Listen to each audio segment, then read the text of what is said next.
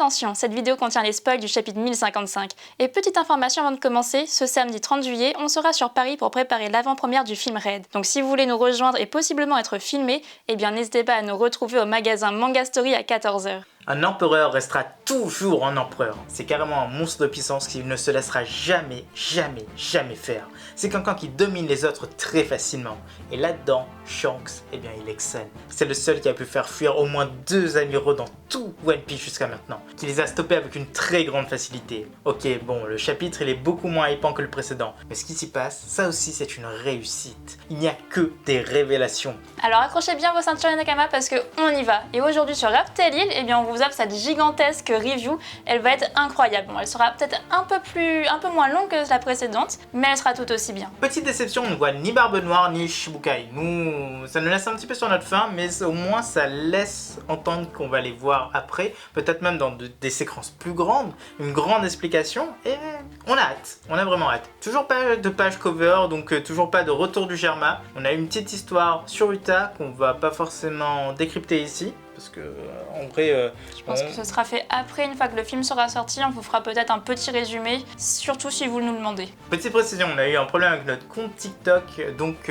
juste, on en a créé un autre, et le lien s'affiche en commentaire. Allez-y, on va commencer à mettre des choses assez intéressantes, on imagine. Donc on va faire tout un nouveau concept, toute une série de concepts qui n'aura rien à voir avec les vidéos YouTube, rien à voir avec Instagram, rien à voir avec Twitch. Faites-vous plaisir. Mais place à la vidéo, allez, c'est parti. Cette semaine, on a le droit à la 2e page de couverture avec One Piece dessus, mais aussi Détective Conan. Rappelez-vous, on a eu l'interview complet, qu'on a lu de fond en comble. Pour ceux qui vous disent que One Piece c'est fini dans 3 ans, prenez des pincettes, c'est pas vrai, il n'y a absolument pas écrit ça à l'intérieur. Non, mais absolument pas. Donc vraiment, je ne sais pas pourquoi, c'est sans doute pour le buzz, pour la hype, pour attirer des gens, mais qu'est-ce que vous voulez y faire ? En tout cas, One Piece, le secret du One Piece, c'est possible qu'il finisse dans 3 ans, même si Oda a bien précisé que les personnages ont tendance à bouger eux-mêmes. En fait, c'est une œuvre qui vit, comme pour Détective Conan, donc ça s'allonge au fur et à mesure. Et là, Oda a dit qu'il ne donnera pas de date, parce que lui-même, il ne sait pas. Sur la page de couverture, et bien cette fois-ci, on a Conan et Zoro, donc on adore ces 2 personnages, même s'ils n'ont absolument rien à voir l'un avec l'autre. D'ailleurs, Conan, s'il était vraiment à côté de Zoro, eh bien, il l'aurait déjà envoyé en prison, ça c'est sûr. Le chapitre s'ouvre sur la capitale des fleurs, la fête bat toujours son plein, mais à l'extérieur, le combat aussi fait rage. Le jeune Momonosuke se fait frapper en continu par les branches de l'adversaire, alors que Yamato demande pourquoi il ne peut pas intervenir. Momo lui, il persiste même s'il est mis à terre, et c'est Raizo qui intervient. Il libère l'un de ses parchemins qui contient du feu, et l'attaque frappe directement Ryokugyo de plein fouet. L'amiral se met à hurler de toutes ses forces, et là, eh bien il cesse d'un coup. En fait, ce n'était qu'une blague, il déclare que sa forêt, eh bien elle est fireproof. Lui, il est bien au-delà de ça, et il est en une de ses branches qui frappe directement Raizo. Il draine toute l'eau du ninja d'un seul coup, et tous les fourreaux rouges présents essayent de dévier les branches, mais tous se font avoir. Momo persiste à dire à Yamato de ne pas intervenir. Pour nous, on l'a dit dans la review précédente, ça a une seule signification. Enfin, plusieurs significations. La première, c'est... oui, c'est comme ça. La première, c'est qu'il ne veut pas que Yamato participe au combat parce que si Yamato gagne face à Ryukugyu, ou alors si Yamato domine le combat alors que les fourreaux rouges n'y arrivent pas, c'est comme si qu'il disait à Yamato, très implicitement, que Yamato doit rester pour surveiller les lieux. Yamato doit surveiller Wano. D'ailleurs, son Okushima no Makami, c'est censé être ça. Alors que Yamato, lui, son rêve, c'est de prendre la mer, c'est de visiter les autres îles. C'est vraiment quelque chose qu'il devrait faire. Momo le comprend très bien. L'autre, on va en parler juste après parce que la séquence n'est pas finie. Par contre, l'amiral qui feinte que le feu lui fait mal, ça, c'était extra. Mais est-ce qu'il le fait à chaque fois qu'il croise quelqu'un qui a un pouvoir de feu ? Ce serait drôle en vrai, mais on ne sait pas.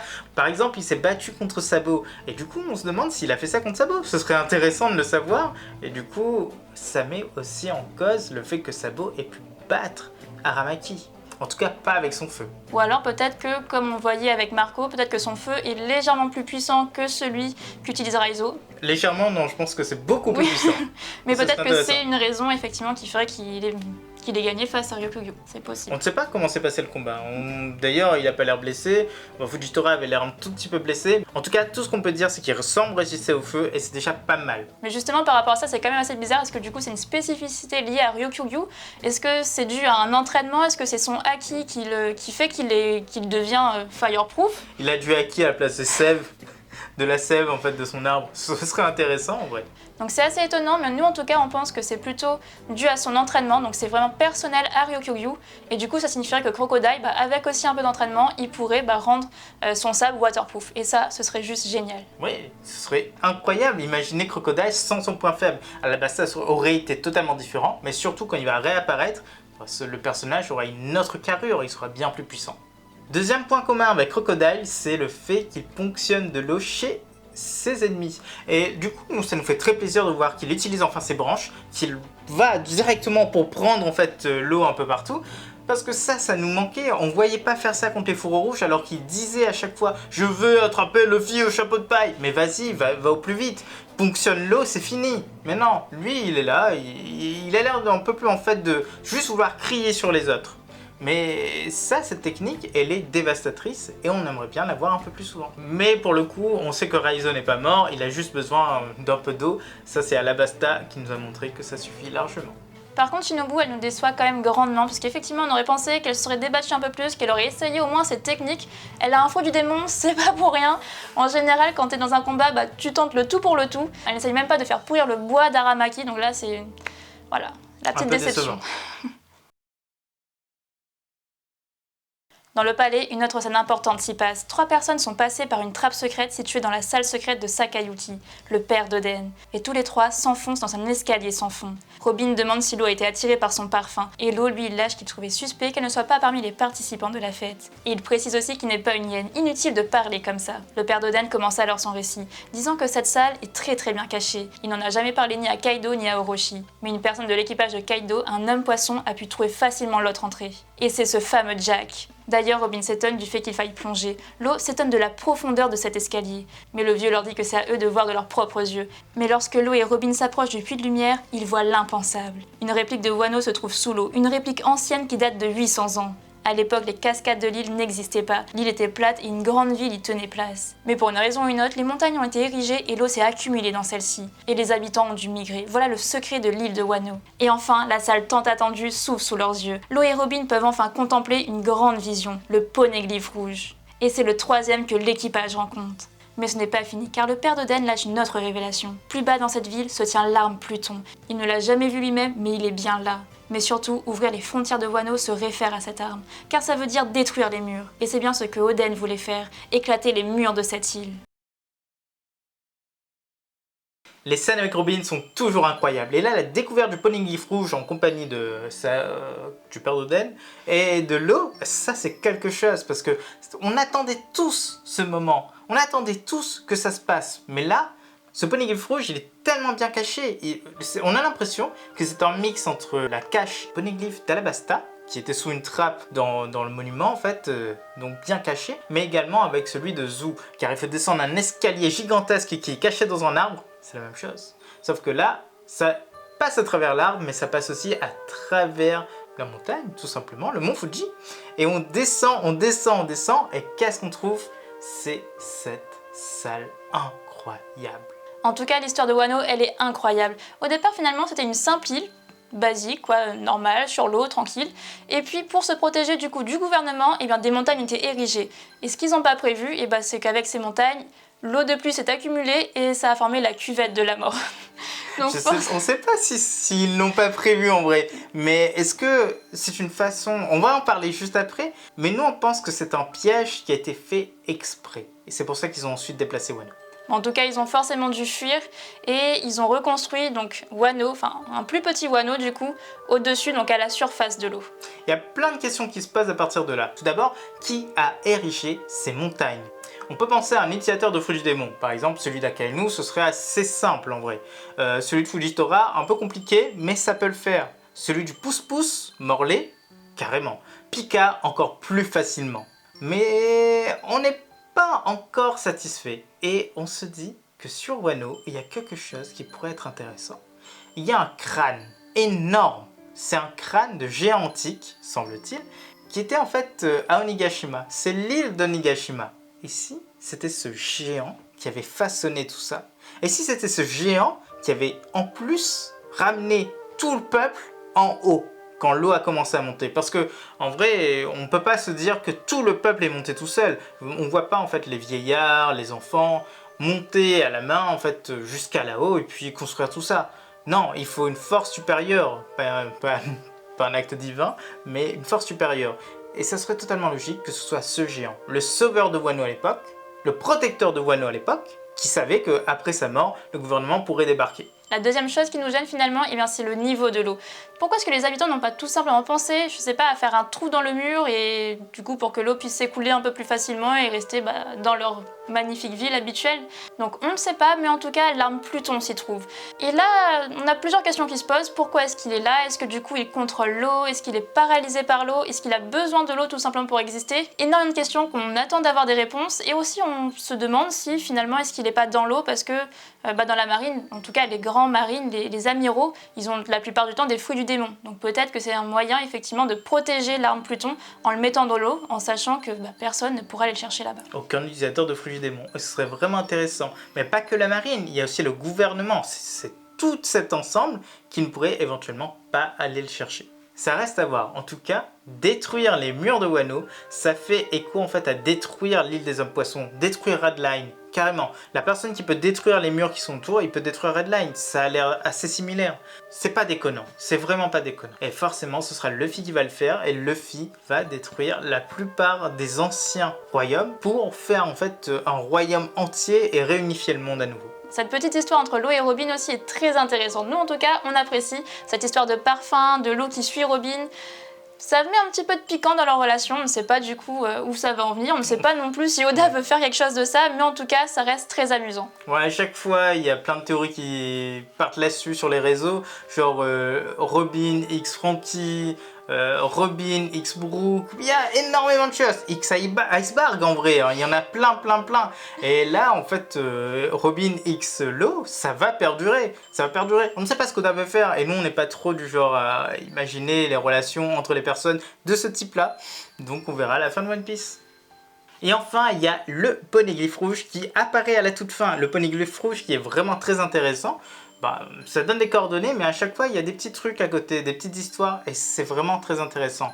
Là, il était aussi bien caché que sur Zou, tout simplement, mais surtout, on apprend que c'est Jack qui l'a trouvé pour le compte de Kaido. Ça peut expliquer énormément de choses. Jack était le protégé de Kaido. C'était quelqu'un que Kaido adorait par-dessus tout. Il l'a mis commandant et il a dit qu'il avait confiance en lui, que c'était un de ses hommes et compagnie. Ça peut en être la raison. Si tu rapportes un poneglyphe rouge, c'est pas rien. Un poneglyphe, c'est bien.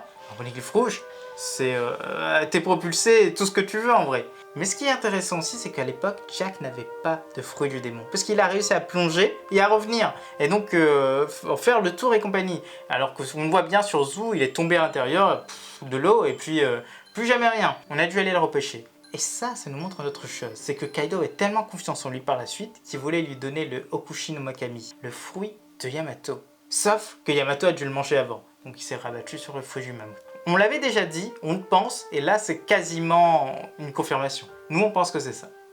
On tient d'ailleurs à rajouter une petite chose. Kaido et Big Mom en théorie, eh bien, ils sont pas très loin de là. Et d'ailleurs ils auraient très bien pu tomber directement dans cette fameuse salle et en obstruer l'entrée.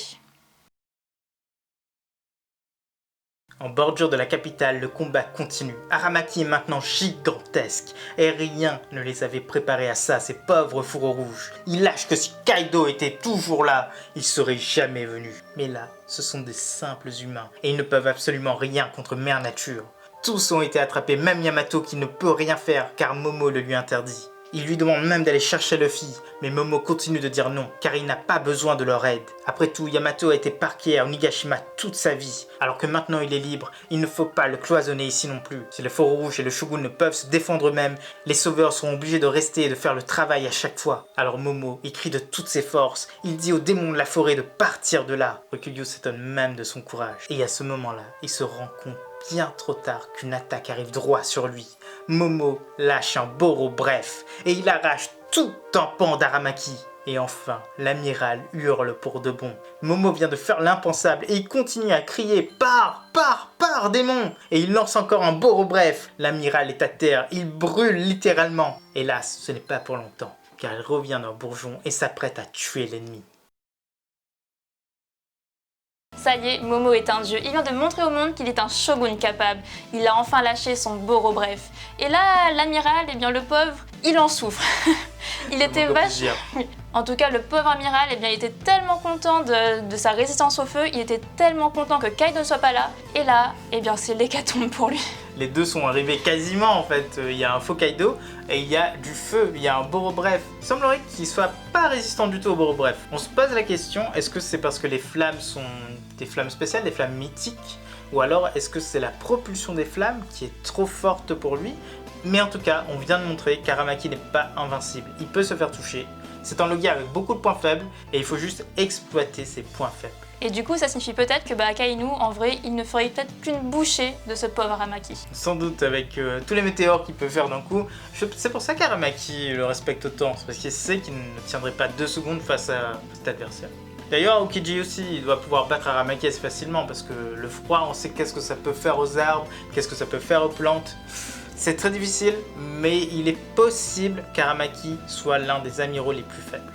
Forcément, Aramaki, eh bien, c'est pas ça qui va l'arrêter. C'est quand même un amiral. Donc là, si c'était fini là, ça aurait été un petit peu dommage. Mais en tout cas, il arrive à se recréer à partir de bourgeons. Ou alors peut-être tout simplement que son corps était caché sous terre et qu'il le ressortit ensuite, une fois que le Boro-Bref était passé. C'est une possibilité, ça reste à voir. En tout cas, on pense qu'Aramaki, avec son fouet de démon, il serait capable de produire une multitude de soldats, une multitude de clones, et du coup, il serait invincible.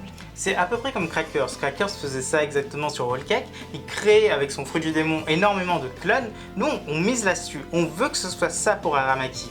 Et qu'il puisse faire ça lors de la dernière guerre, la grande guerre de One Piece. Ce serait sublime de voir ça sur un champ de bataille, de les voir. C'est sans doute plus puissant qu'un pacifista actuel.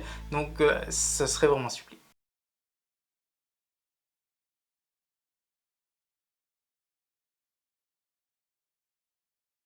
Au large de Wano, des éclairs de Haki font leur apparition, des éclairs si puissants qu'ils atteignent directement Aramaki. Celui-ci est paralysé et comprend que celui qui est dans les parages, c'est Shanks le roux et son équipage. Car de son bateau, l'opposant le menace et lâche qu'il trouve ça tellement triste pour la marine de s'attaquer à des jeunes pousses que ce sont ces personnes qui vont faire l'histoire de la piraterie. Et l'empereur, très en colère, se demande s'ils sont si effrayés par la nouvelle génération. Aramaki, lui, il s'est arrêté net, il est tellement affolé qu'il retourne sur ses pas. Il lâche que non, il n'a pas l'intention de combattre une seconde de plus. Alors que Momo de son coin, il pleure littéralement. Pour lui, pour tous ceux qui l'entourent, il a réussi. Il a tenu, il a protégé Wano. Mais alors que de l'autre côté, la fête, elle continue. Alors que sur une petite colline, Jinbei, Sanji, Zoro et Luffy observent la scène et déclarent que Momo était très impressionnant. Mais surtout, ce Haki était si puissant. Et Luffy finit ce chapitre avec un grand sourire. Et il déclare qu'un visage familier lui était apparu en tête. Pendant que l'équipage de Shanks, lui, il file vers de nouvelles aventures. Et c'est la fin du chapitre. Cette fin épique, cette domination de Shanks qui fait des actions très rares mais toujours aussi épiques. Parce que là on le voit, il plie un amiral. Bon, il le fait sans doute très facilement, mais en tout cas il le fait de très très loin. Il arrive à maîtriser son haki à la perfection. Une décharge a été envoyée et juste ciblée comme il fallait sur Aramaki, pas sur les autres. Et le pauvre amiral, il était flippé, il avait tellement peur qu'il a eu mal, on dirait, et il s'est cassé. Il a dit non, c'est pas pour moi, non, j'ai rien fait, je vous jure que j'ai rien fait. Et du coup, il s'en est allé tranquillement. Il a laissé Wano tranquille. C'était l'essentiel, c'est exactement ce que Shanks voulait. Et en plus, ses mots sont tellement cool. Il parle encore de la nouvelle ère. Lui, il prépare la nouvelle ère depuis qu'il est né, on dirait, en fait. C'est ça son but, c'est préparer la nouvelle ère. Nous on adore cette petite scène de fin avec les 4 puissants de l'équipage qui sont là tout simplement à regarder la scène, à regarder le spectacle, comme si ils étaient toujours en plein festival, devant un bon film avec du popcorn, tout va bien. C'est plutôt drôle et c'est plutôt bien fait. Mais ça montre aussi que ces 4-là, s'ils veulent, ils peuvent plier également cet amiral. C'est vrai, ils sont très forts et à eux 4, c'est impossible qu'Aramaki puisse gagner. D'ailleurs, ils ont l'air tellement confiants qu'ils sont restés assez loin. Et si jamais le combat dégénérait réellement, ils seraient intervenus très rapidement, semble-t-il. En tout cas, ils savent très bien que ce n'était pas leur rôle d'intervenir maintenant, donc ils sont restés un peu éloignés, tout simplement. Et enfin, Luffy, il a compris que c'était Shanks aux abords de Wano, mais il n'est pas parti le voir. Ça nous laisse un petit peu sur notre faim, on est très content, mais ça nous laisse un peu sur notre faim. Et on espère surtout que ce ne sera pas la seule pseudo-rencontre qu'il y aura avant la fin de One Piece. Imaginez que Barbe Noire, tue Shanks, ou alors qu'il le met dans un état pitoyable. Nous, on se dit peut-être qu'il n'y aura pas une mort de Shanks, mais Shanks peut-être il sera dans un état végétatif ou quelque chose comme ça. et c'est là que Luffy lui rendra son chapeau. Sur cette scène, elle serait tellement triste, mais en même temps, la promesse serait tenue. Et nous, on voit pas Shanks ne pas perdre contre Barbe Noire, parce que sinon, en fait, il y aurait beaucoup trop de personnes en fait autour du One Piece. Ce serait triste en fait qu'il perde réellement et qu'il ne revoie plus jamais Luffy. Alors que s'il finit dans un coma, ça peut le faire. Mais c'est une théorie qu'il faut peaufiner, et là, c'est juste des mots qu'on lance comme ça. Quand on voit les images avec les enfants, certains voient Uta à l'intérieur. Nous, honnêtement, on n'est pas certains. On voit effectivement qu'il y a quelqu'un d'autre en plus. On voit en tout cas une main, ça c'est sûr. Après, à savoir qui c'est, pour l'instant, on ne sait pas. Peut-être que c'est un autre enfant qui pourrait devenir assez puissant. Un autre monde de cette génération. Oui, mais honnêtement, on ne pourrait pas dire que ce soit Uta. Et enfin, on a Kid. Mais Kid, il est où? On le voit pas en fait. On le voit absolument pas. Il fait pas la fête, ça c'est sûr. Il est pas avec son équipage. Où est-il? Est-ce qu'il a senti Shanks? Parce que si tous ceux-là ont senti Shanks, Kid également peut le sentir. Et peut-être qu'il est parti directement et il va faire un truc. Pas qu'il va se battre, mais il va peut-être hurler depuis les côtes à Shanks quelque chose, un truc horrible. Je me mangerai. Ouais, c'est ça. Tu lèves le mauvais point, on voit pas du coup. Mais un truc du genre, ce serait pas drôle, mais du coup, ce serait vraiment ça pour nous. Et voici les petites prédictions pour le chapitre suivant. Qui aura lieu la semaine prochaine. Oui, il sort, il n'y aura pas de pause. Numéro 1, Robin comprend un peu plus la nature de Pluton, et avec l'eau, ils en apprennent plus sur le siècle oublié. Numéro 2, les One Piece de tout l'équipage est dévoilé. Ce sera quelque chose d'extraordinaire. Numéro 3, Kid essaye d'atteindre Shanks. Numéro 4, Luffy demande à Yamato de rejoindre son équipage. Enfin. Numéro 5, on voit Baggy et les autres chez Shichibukai. Et enfin, numéro 6, l'équipage quitte Wano pour de bon, forcément après des adieux larmoyantes. Direction de nouvelles aventures, plus précisément, elle, paf.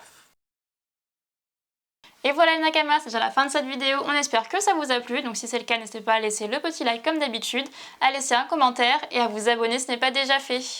A bientôt les accros de One Piece.